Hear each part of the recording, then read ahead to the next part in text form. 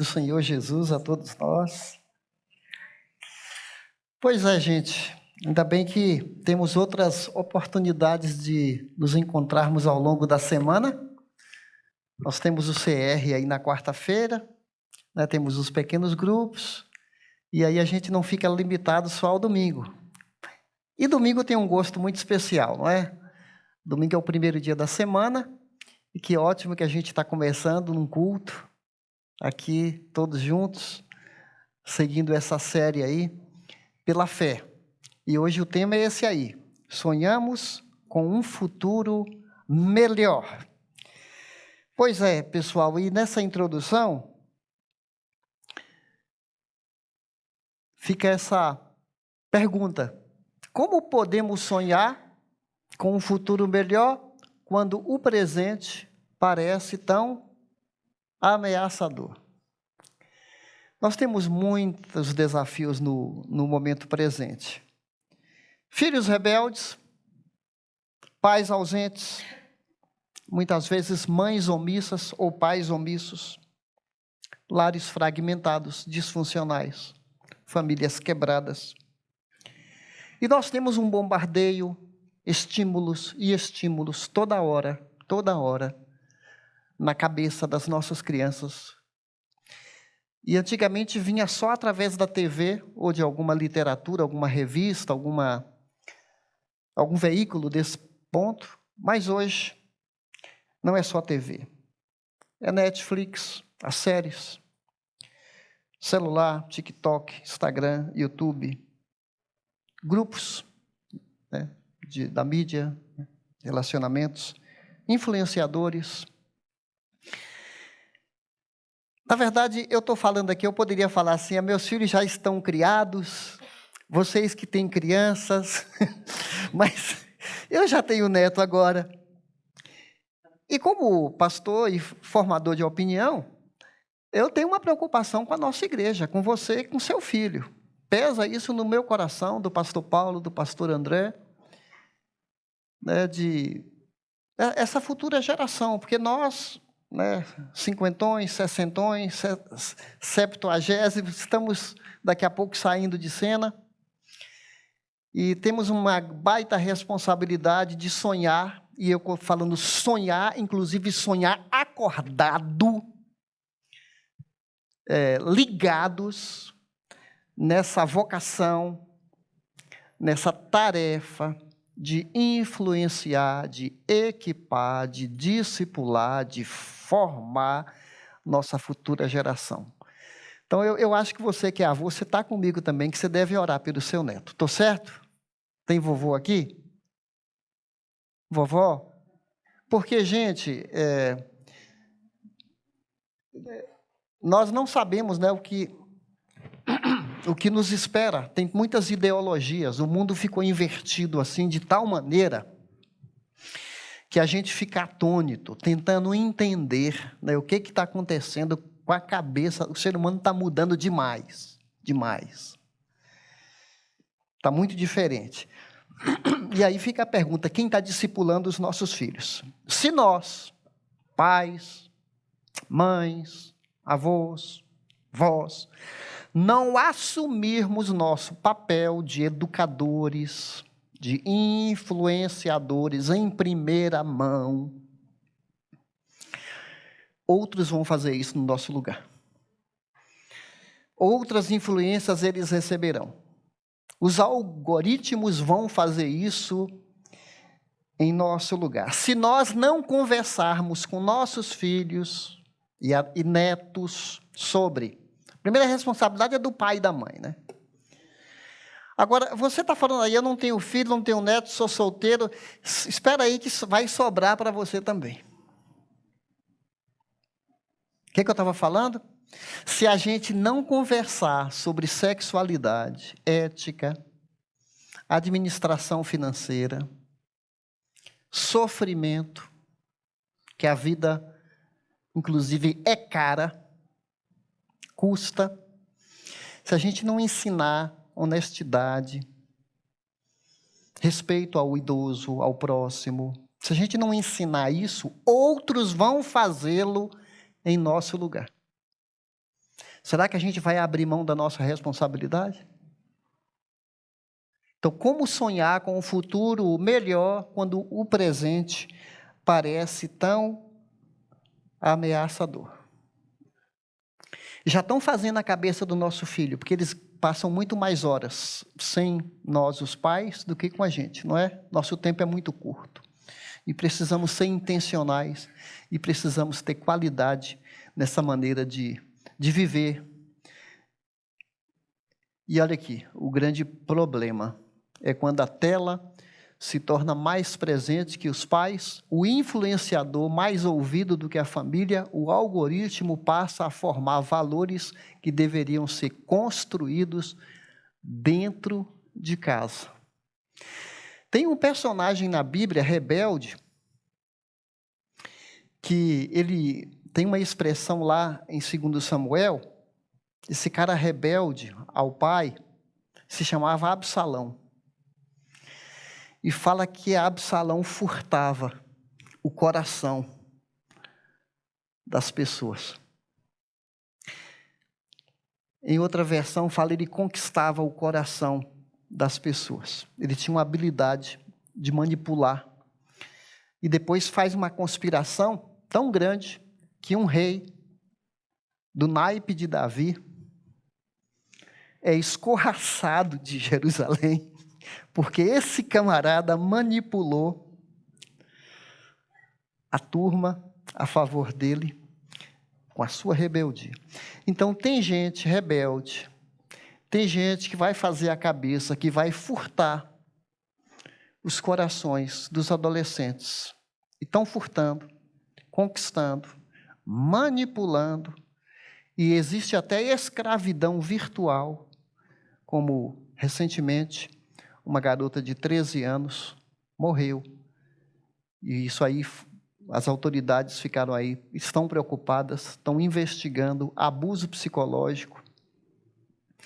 Eles pegam as informações dos pais, dos irmãos, e depois que esse adolescente ingênuo ou muito simples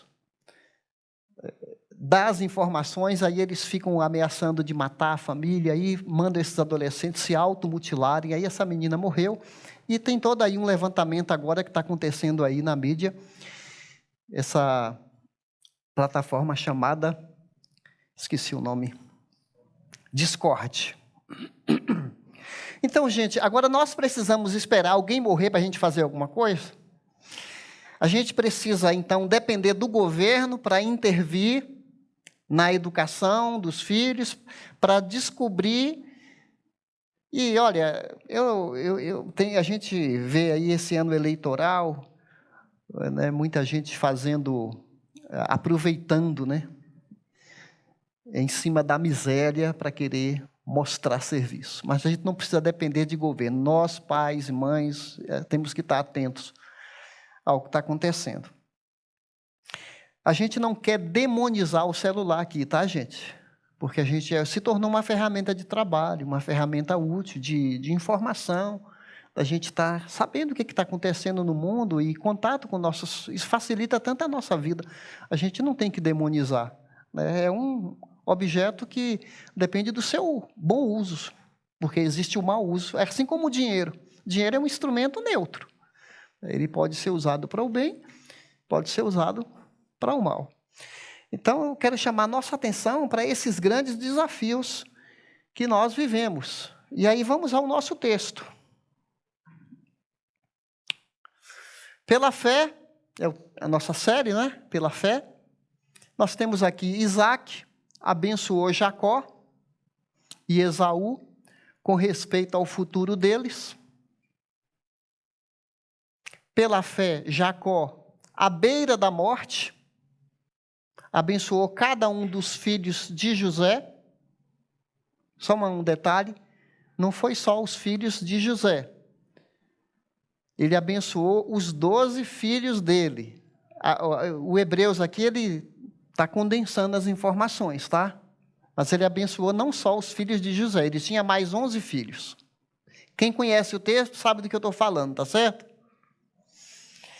E curvando-se, adorou a Deus apoiado na extremidade do seu bordão. Devia estar bem cansado, né? Idoso, velho Jacó. Não sei se 140 anos de idade, naquela época vivia bem mais que hoje. Mas a gente vai falar novamente sobre isso. Pela fé, José, no fim da vida, fez menção à saída dos israelitas do Egito e deu instruções acerca dos seus próprios ossos. Nós temos nesses 3 versículos 3 homens, 3 pais. Quais são? Isaque, Jacó e José. Participativos. Pais que mesmo no momento de morte, eles estão olhando para o futuro. Estão comigo? Eles querem preparar os filhos para que permaneçam na linha da missão que Deus lhes deu. E eu quero fazer um destaque aqui, que esses pais, eles profetizam sobre os filhos, só que o que eles colocam para os filhos não são meramente desejos. A gente tem que lembrar aqui algo, porque nós podemos desejar o melhor para nossos filhos. Mas esses pais, eles eram também profetas, sacerdotes, e eles eram líderes de clãs. Agora, eu preciso lembrar aqui, inclusive, a pregação de hoje, vamos dizer assim, tem conexão com o que o pastor Paulo falou sábado passado, né? Abraão, o pai da fé. Então, nesse mesmo clima de Dia dos Pais, nós temos 3 pais aqui, ativos, intencionais, participativos na educação dos filhos, que tem muito a ensinar para você, mãe também. Mãe, vó, todos nós estamos envolvidos, tios, né? Você que cuida de alguém, todos nós somos responsáveis aqui por alguém. E o autor de Hebreus, ele está caminhando pela história. Se você tem acompanhado essa série desde o início, o autor de Hebreus, ele pega os personagens de Gênesis. Quem que ele pega ali? Ele começa, no início, falando de Abel, quem já ouviu a mensagem sobre Abel. Ele vai falar sobre Enoque, não tivemos uma mensagem sobre Enoque, mas é um personagem ali que ele fala pela fé, Enoque andou com Deus. Aí ele vai caminhando, Noé, depois de Noé, Abraão. Abraão é o primeiro patriarca. O segundo patriarca é Isaque, que está aqui. O terceiro patriarca é Jacó, o quarto é José. Do capítulo 12 até o 50 de Gênesis, olha que a maior parte do livro de Gênesis, 38 capítulos, porque tem 50, ele vai trabalhar sobre essas 4 pessoas. Abraão, que vai do 12 até 19, a partir do 20 ali, Isaque, e segue, depois aparece Jacó, né, os filhos de Isaque. Aí chega em José, no capítulo 37, e vai até 50 com José. Então, gente, eu estou falando isso para vocês, que o autor de Hebreus, ele está caminhando na história, e esses 2 versículos que nós lemos aqui, aliás, 3 versículos, 20, 21 e 22, qual é esse aqui? Esse é o 20, e para no 22. Então, ele chega, ele está concluindo Gênesis. Estão comigo? Porque José está fechando o livro de Gênesis. E o José mostra agora o próximo livro. Qual vai ser o próximo livro? Ele dá a dica aqui, ó. No fim da vida, fez menção à saída. Tem uma tradução que fala que a mesma palavra, ao Êxodo. Qual é o próximo livro? Êxodo. Então, José, ele iria demorar mais de 300 anos para o povo de Israel sair com Moisés. Pela fé, José olha o futuro E ele está tão convicto que Deus vai tirar o seu povo do Egito, e a gente sabe que vai entrar um outro faraó, que vai escravizar o povo. Nesse período, José era VIP. Nesse momento aqui, José era chique, era governador. Só que vai entrar um outro faraó e vai escravizar todo mundo. Mas José fala para quando eles saírem, levarem os seus ossos. Porque, apesar da pompa, embalsamado e tudo mais, ele cria na ressurreição. Ele queria que os ossos dele... Então, é como se José falasse assim, eu quero que meus ossos sejam sepultados com os vossos. Tem um trocadilho aí, né? Era para rir, mas tudo bem, deixa para lá. É que eu lembrei de um cemitério que estava escrito assim lá em Portugal tem um cemitério que está escrito assim na porta de saída. Desse jeito está escrito lá até hoje. Aqui estão os nossos ossos. Aí a pessoa está saindo, né? E embaixo mais uma frase. À espera dos vossos. Macabro isso, né? Macabro esse negócio. Perdão, já é brincadeira, eu acabei lembrando disso aqui, ó. Às vezes a gente fala coisa que nem pensa. Onde que eu estava aqui, gente? Os 3 pais, eles estão ligados no futuro do seu filho.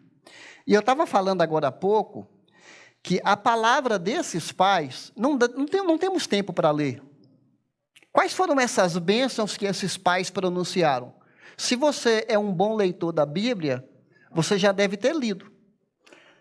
A bênção que Isaac pronunciou para Jacó e Esaú, inclusive o autor aqui, ele nem menciona alguns detalhes lá, que o Jacó era menor, era gêmeos, mas quem nasceu primeiro? Esaú nasceu primeiro. Por direito, seria o filho que herdaria, né, o direito de primogenitura. Mas Deus falou que Jacó, o menor, o maior serviria o menor. Então, essa bênção que Isaac pronuncia para Jacó, não é meramente um desejo de um pai. Você pode ler uma bênção daquela e você não pode falar aquela profecia desejando aquilo para seu filho, porque ali é um contexto assim. Lembra quando Deus chamou Abraão? Te abençoarei, te multiplicarei, e da sua descendência todas as nações da terra serão abençoadas. Está falando que um dia vai chegar, né, Jesus, através da descendência de Abraão. Então, tem uma profecia aqui que os pais querem que os filhos vivam à altura da profecia. Mas a gente pode fazer uma aplicação para nossos filhos? Que aplicação nós queremos fazer? Filho, nós queremos que você conheça o Deus que eu conheci e siga o plano de Deus revelado nas Escrituras. Isso nós podemos fazer. E o livro de Provérbios fala muito sobre isso, né? O pai discipulando, disciplinando, isso nós podemos fazer. Então, esses pais também estão preocupados com um bom futuro para seus filhos. Esse homem, por exemplo, Isaac, o pai dele falou assim para o servo, o administrador da casa: não deixa meu filho se casar com o povo idólatra do qual eu venho. Não deixa o meu filho casar com as cananeias, ou cananitas. Não deixa procure alguém da minha parentela, no sentido que creia no mesmo Deus. E a dona Rebeca, quando foi, o servo encontrou com ela, né, ela era da fé de Abraão. Então, era um pai que queria que o filho casasse com pessoas que tivessem a mesma visão de Deus. Será que nós pais ensinamos isso para nossos filhos? Que eles são especiais para Deus e precisam casar com pessoas que têm a mesma fé, né?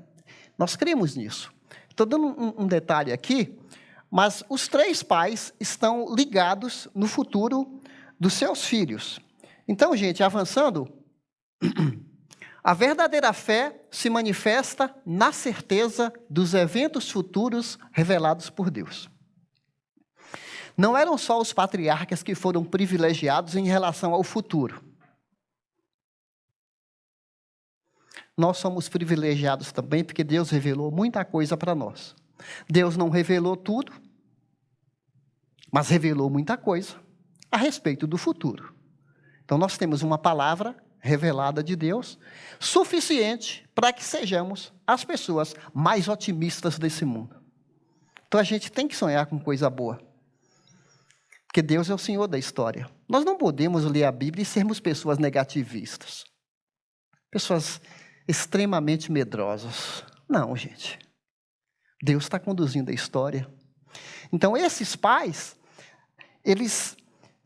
a gente vai ver que não eram aqueles pais nota 10. Muitos deles com muitas contradições. Mas eles se agarraram a Deus e queriam que esse legado continuasse na vida dos seus filhos. Então, nós sonhamos com um futuro melhor, porque nós vivemos pela fé. Se tem alguém que precisa sonhar com um futuro melhor, é o povo de Deus. Vai ter um final feliz para o povo de Deus. Quem não tem essa fé, quem não tem essa esperança, você vai conversar com a pessoa, não sei. Morreu, acabou. Talvez a gente vai entrar aí no nirvana, né? O espírito vai se unir ao cosmos, aí esqueci a palavra, e a pessoa não tem. Nós estamos falando de uma fé, como já foi pregado na semana passada, que está embasada. Abraão tinha uma fé embasada na revelação de Deus. Nós hoje somos mais privilegiados do que Abraão, Isaac, Jacó, José. Por que nós somos mais privilegiados? Nós temos muito mais conteúdo bíblico do que eles. Nós temos muito mais informações do que eles. Eles não tinham ideia do Messias. Eles sacrificavam lá o animal, o cordeiro, um inocente, colocava as mãos na cabeça do inocente, transferindo a culpa para um animal. Hoje nós sabemos o Cordeiro de Deus que tira o pecado do mundo. Nós sabemos quem foi Jesus, sabemos os milagres de Jesus, sabemos que nosso nome está escrito no livro da vida, sabemos que Deus vai recompensar Israel. Há um plano de Deus para Israel que vai ser a nação principal do mundo no milênio. E inclusive, Isaac já falou para Jacó, as nações te servirão, o descendente de Jacó. Isso já se cumpriu? Não. Tem promessas que não se cumpriram. O livro de Hebreus, capítulo 11, fala que muitos deles morreram pela fé sem que as promessas tivessem cumprido. Eu digo a você, não espere que certas aspirações que você tem vão se cumprir na sua vida. Pode ser que não. Lembra de Abraão, quando a gente pregou sobre Abraão, que ele esperava a cidade cujos fundamentos eternos Deus vai dar para ele? Ele morreu sem ir para a cidade. Que cidade é essa? A cidade santa, cidade santa de Jerusalém, que vai descer do céu, uma cidade feita por Deus, não por mãos humanas. Ele morreu sem entrar naquela cidade, e ele era um peregrino. Então, gente, nós, à luz das Escrituras, nós temos muitos motivos para sonhar com um futuro melhor. Por quê? Confiamos que Deus trabalha, ainda que não consigamos enxergar o cumprimento de suas promessas. Então, algumas lições aqui. A fé nos faz sonhar com aquilo que não vemos. Pela fé, Isaac abençoou a Jacó e a Esaú acerca de coisas do passado. É isso? Não. De coisas do porvir. Ele pensou no futuro. Ele não olhou para o que ele enxergava. Ele sabia que ele tinha uma revelação de Deus e ele desejou isso para seu filho. A fé não é fechar os olhos para a realidade, é olhar para a realidade consciente de que Deus é maior do que a realidade que nós enfrentamos. Você pega uma semente de uma árvore, parece nada. Você não vê, né? Você vê só uma semente. Um agricultor pode olhar para a semente e ver uma floresta. Não é verdade? Depende do olhar de quem observa. Ali tem um potencial. A fé também tem um grande potencial. Como você vê a sua família? Ah, não sei, pastor. Eu acho que não vai melhorar nada. Tá osso. Tá ruim. Um visitante participou do meu pequeno grupo semana passada. E ele falou assim: eu estava tão, usar a expressão aqui, né? Tão lascado, que eu me envolvi com agiota e me envolvi com jogos. Pegava emprestado do agiota para pagar o jogo. Gente, uma pessoa que faz uma loucura dessa, vai para o buraco, não é? Aí essa pessoa, né, dando testemunho, porque a pergunta do pequeno grupo era essa pergunta: o que você está disposto a abrir mão para obedecer a Deus? Essa era a pergunta. E ele estava fazendo duas coisas erradas. Agiota, pegando dinheiro de agiota e ainda jogando, sei lá, um desses jogos virtuais aí, bet, né? Tigrinho, sei lá o que ele jogava, né? Aí ele falou assim: eu decidi que ia parar de jogar. E coloquei isso no meu coração. Não posso mais fazer isso. E agora eu preciso pagar o agiota. Aí ele disse que dias depois chegou uma pessoa na casa dele e falou assim: eu vou pagar o agiota, a dívida que você tem, e agora você vai me pagar em X prestações.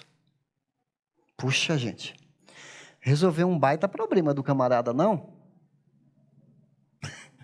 Ele podia talvez até morrer conforme o agiota. Resolveu um baita problema. Mas quando ele decidiu, eu preciso fazer o que é certo. Eu preciso fazer. Tem certas decisões que a gente tem que fazer e confiar pela fé. E talvez você vai até passar um sufoco para pagar, mas você fala assim: pela fé eu não vou continuar fazendo isso, que eu sei, eu estou consciente que eu não devo fazer. Não é da vontade de Deus, e eu estou insistindo, eu estou dando murro em ponta de faca, mas eu,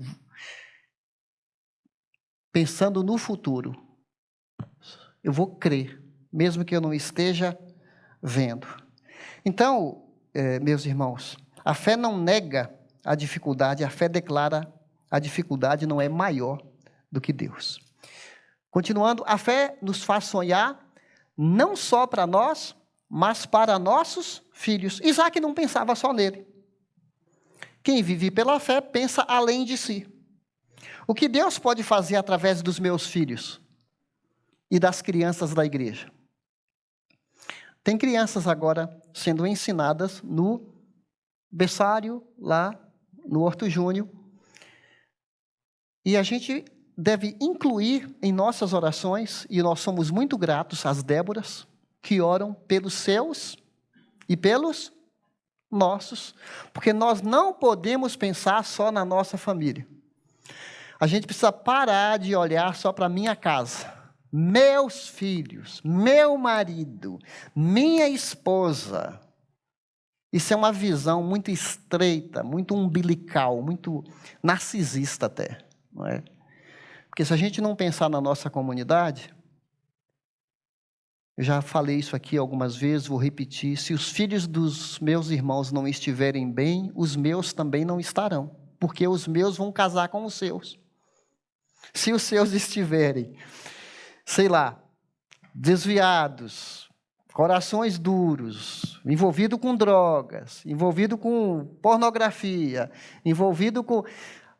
Isso vai afetar a saúde da nossa igreja. Então, a gente tem que orar por toda essa geração, não só pelos seus, pelos filhos dos outros também. E isso chama discipulado, se interessar pelas outras pessoas. Gente, que futuro terão? Aí eu peguei aqui um recorte de um livro do Augusto Cury, que ele fala sobre os bons pais e fala sobre os pais brilhantes. Eu não escrevi, mas eu vou ler aqui o que ele fala sobre os bons pais e os pais brilhantes. Então, ele diz assim: os bons pais dão presentes, dão roupa, dão eletrônicos, pagam viagens e satisfazem os desejos materiais dos filhos. Já os pais brilhantes, eles dão o próprio ser. Eles dão tempo, contam histórias reais, contam suas lágrimas, suas lutas, sua própria história de vida. Os bons pais corrigem os erros, repreendem o mau comportamento e dão broncas pontuais. Os bons pais fazem isso. Beleza, é bom fazer isso. Mas os pais brilhantes, eles ensinam a pensar. Eles usam a arte das perguntas. Eles geram reflexão e consciência crítica. Esse é o pai que senta com o filho para assistir um vídeo, um filme, e pergunta para o filho que lições a gente pode tirar dessa notícia no jornal, desse filme. Fazem pensar. Os bons pais preparam para o sucesso. Querem notas altas, vitória, competência profissional. Já os pais brilhantes preparam para o fracasso. Resiliência. Prepara para as perdas, frustrações e a superar as crises. Os pais bons conversam, falam sobre amenidades, sobre futebol, falam sobre a rotina. Já os pais brilhantes, eles dialogam. Eles entram no teatro da mente dos filhos para decodificar e conhecer as angústias, os bullings, os enfrentamentos que essa criança tem na escola, as crises que essa criança entra. O pai se aproxima. Os bons pais não apenas perguntam que profissão meu filho terá, a pergunta dos pais brilhantes é que caráter meu filho terá. Não apenas quanto dinheiro minha filha vai ganhar, mas quanto ela vai amar a Deus. Isso aqui já não foi Augusto Cury. Quanto dinheiro minha filha vai ganhar, mas a pergunta certa é: quanto minha filha, meu filho vai amar a Deus?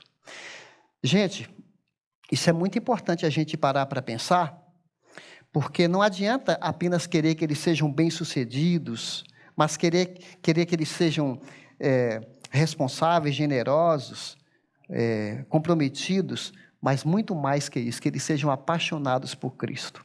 O agricultor planta uma árvore. Talvez ele não vai se sentar à sombra daquela árvore que virá. Então, viver pela fé é plantar árvores, mesmo que outros vão colher. Esse prédio aqui, sabe esse prédio aqui? Sabe essas cadeiras confortáveis? Alguém plantou essa árvore para que a gente tenha essa sombra. Você sabia que igrejas americanas e irmãos brasileiros do passado doaram dinheiro para a gente desfrutar desse sonho? Por que a gente vai limitar a nossa plantação e não desejar que outros colham daquilo que a gente planta? Não é verdade? Esses pais estão ligados nisso. A fé nos faz adorar, mesmo quando não vemos o futuro. Olha só, pela fé Jacó, à beira da morte, abençoou cada um dos filhos de José e adorou. A idade não determina a capacidade de sonhar. Ele estava idoso, mas ainda sonhando com o futuro dos seus filhos. Agora, gente, enquanto a gente está vivo, enquanto ele estava vivo, ele tinha sonhos. Rita, tem netos. É bom sonhar um futuro brilhante para seus netos. Agora, gente, aqui entre nós, Jacó não era um homem santo. Né? Jacó não era um homem santo. O próprio nome dele já denuncia. O que significa Jacó? O suplantador, o cara que leva vantagem, era o nome de Jacó. Porque ele nasceu agarrado no pezinho do Esaú. O Esaú nasceu primeiro e logo em seguida nasceu o Jacó. Aí esse nome significa o agarrador do calcanhar, que significa o cara que quer levar vantagem. E ele passou a vida assim. Esquemas, passando os outros para trás, passando o irmão para trás, o pai e o sogro. Era um homem assim que criou várias dificuldades com os filhos. Jacó não era esse santo homem. Mas teve um dia que ele teve um encontro com Deus. E naquele encontro com Deus, virou uma chave na vida dele que ele começou a melhorar. Da tranqueira que ele era, até o nome dele foi mudado, né? Quando ele lutou com o anjo pergunta qual é seu nome. Aí ele fala, acho que até engasgava, né? Jacó. Deve ter passado um filme assim na cabeça dele das coisas horrorosas que ele tinha feito. Mas ele buscou em Deus força. Ele falou, não te agarro, Senhor, eu quero o Senhor. Eu não consigo mais, eu te agarro. Não me deixes mais. Aí Deus muda o nome dele e fala, você agora é príncipe de Deus. E você agora, seu nome será mudado, né? E provavelmente mudou alguma coisa dentro do coração dele. E ele saiu mancando, Deus mexeu na articulação da coxa dele para mostrar que ele era frágil, que ele parasse de ficar confiando nele. E aí ele começa a depender mais de Deus, então ele chega aqui na velhice, é um momento solene, né? Aí a gente pensa assim, olha, se Jacó tinha tanta contradição, um homem desequilibrado, vacilão,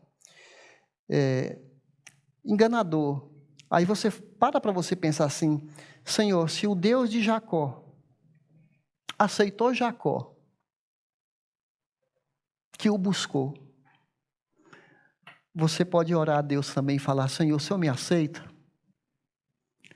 Eu também tenho muitas lutas, eu tenho muitas fraquezas, tenho muitas contradições, tenho muitos equívocos, o Senhor me aceita? O que Jesus fala para nós? Aquele que vem a mim, de maneira nenhuma eu o rejeitarei.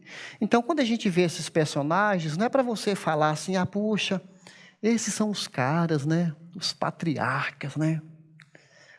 A gente vê tanta dificuldade de Abraão, né? Teve um caso extraconjugal, e a mulher empurrou para os braços de outra, briga em casa. Fala assim, mas Abraão, até tu. Mas Abraão, você olha esses exemplos assim, aí você fala assim, meu Deus, eu também sou fraco. É a graça que aperfeiçoa a nossa fraqueza. A gente vive na dependência. E esses patriarcas, eles tinham uma fala assim, que reproduzia para o filho, o meu Deus, o Deus de Abraão, o temor de Isaac. Né? Ele se referia ao Senhor que o pai servia, e eles queriam que os filhos continuassem servindo. E graças a Deus, né?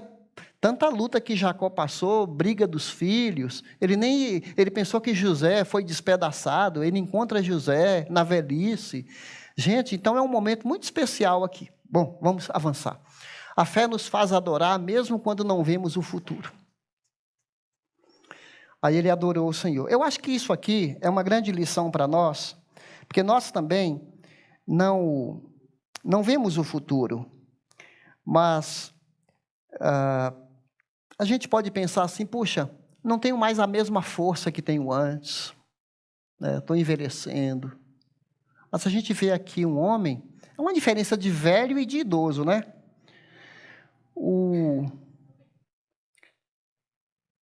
Eu amo mais ser idoso do que ser velho, porque tem aí uns pensamentos que o idoso, ele só está com a idade avançada, mas ele se renova. Já o velho é aquela pessoa que entrega, que não quer mais lutar, está resignado. Ele quer se encostar, quer se aposentar, não quer produzir mais. Então, a gente tem que...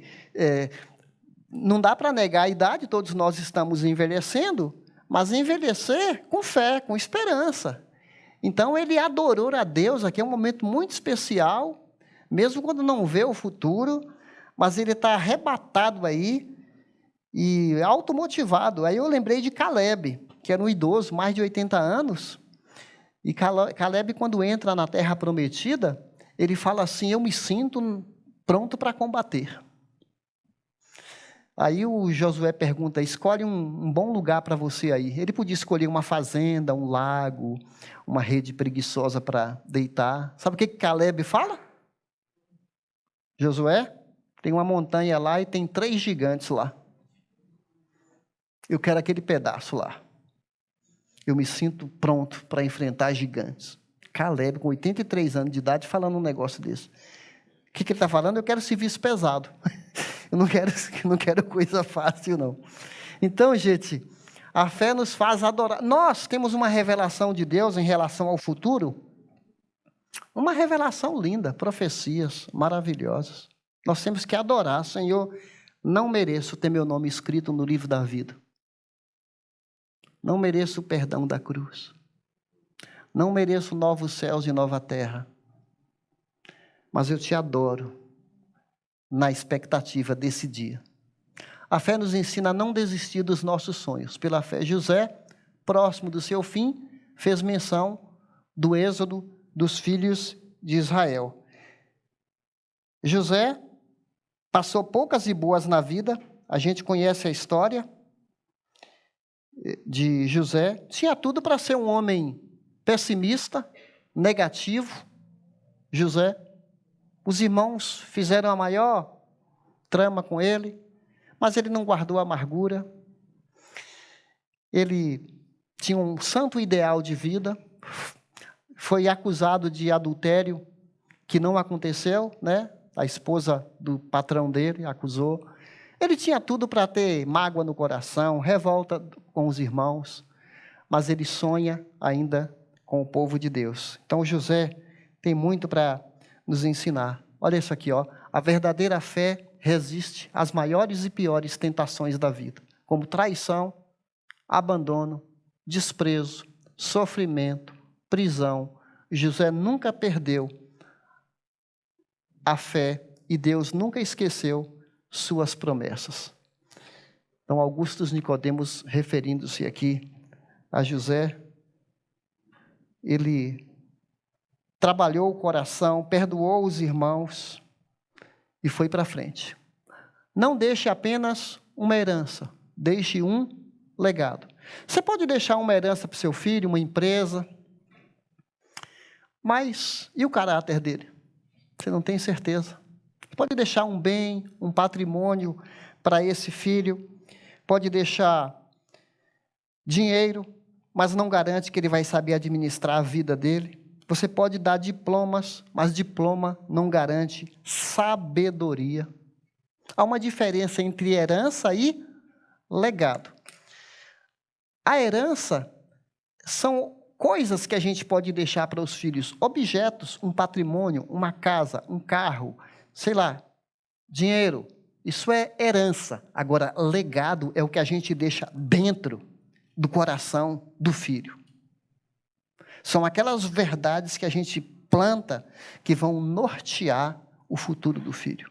Caráter, honestidade, respeito ao idoso, amor a Deus. Isso é legado que esses pais procuraram passar para seus filhos. E por falar em legado, olha aqui, gente, sobra para todos nós. Os patriarcas não tinham as informações que nós temos. Ir e fazer discípulo. Olha aqui, Barnabé discipulou Paulo, Paulo discipulou Timóteo e Tito, Dona Lloyd discipulou Eunice, que discipulou Timóteo. As mulheres em Tito, as mulheres mais experientes, para não dizer as mais velhas, as mulheres mais experientes discipulavam as mulheres mais novas, Tito 2:4. Homens fiéis discipulavam outros, que discipulavam outros, 2 Timóteo 2:2. Hoje nós temos nos pequenos grupos um líder discipulando, um líder em treinamento. Era só os patriarcas que tinham que partilhar o legado, ou nós também? Vê que sobra para todos nós? Você está dentro? É bom a gente... E finalizando, Jesus. O maior exemplo de quem viveu para o futuro. Olha só, mantenhamos o olhar firme em Jesus. O líder e aperfeiçoador da nossa fé, pela fé, né? Nossa série. Por causa da alegria que o esperava, ele suportou a cruz, sem se importar com a vergonha. Agora ele está sentado no lugar de honra, à direita do trono de Deus. Jesus, ele olhou para o futuro, é um preço caro, ele pagou um preço caro por você. É a cruz que eu tenho que enfrentar, e ele sentiu, assim, né, naquela hora, no jardim do Getsemane, Pai, ele sentiu o peso, afasta de mim esse cálice, mas ele não finaliza assim. Como é que ele finaliza? Não seja feita a minha vontade, mas a tua vontade. É para pagar esse preço, eu vou pagar esse preço, porque eu estou olhando para lá, eu vou salvar muita gente. Eu vou libertar muita gente. Eu vou arrastar muita gente para ir para o céu. E eu vou pagar o preço, porque eu estou olhando o futuro.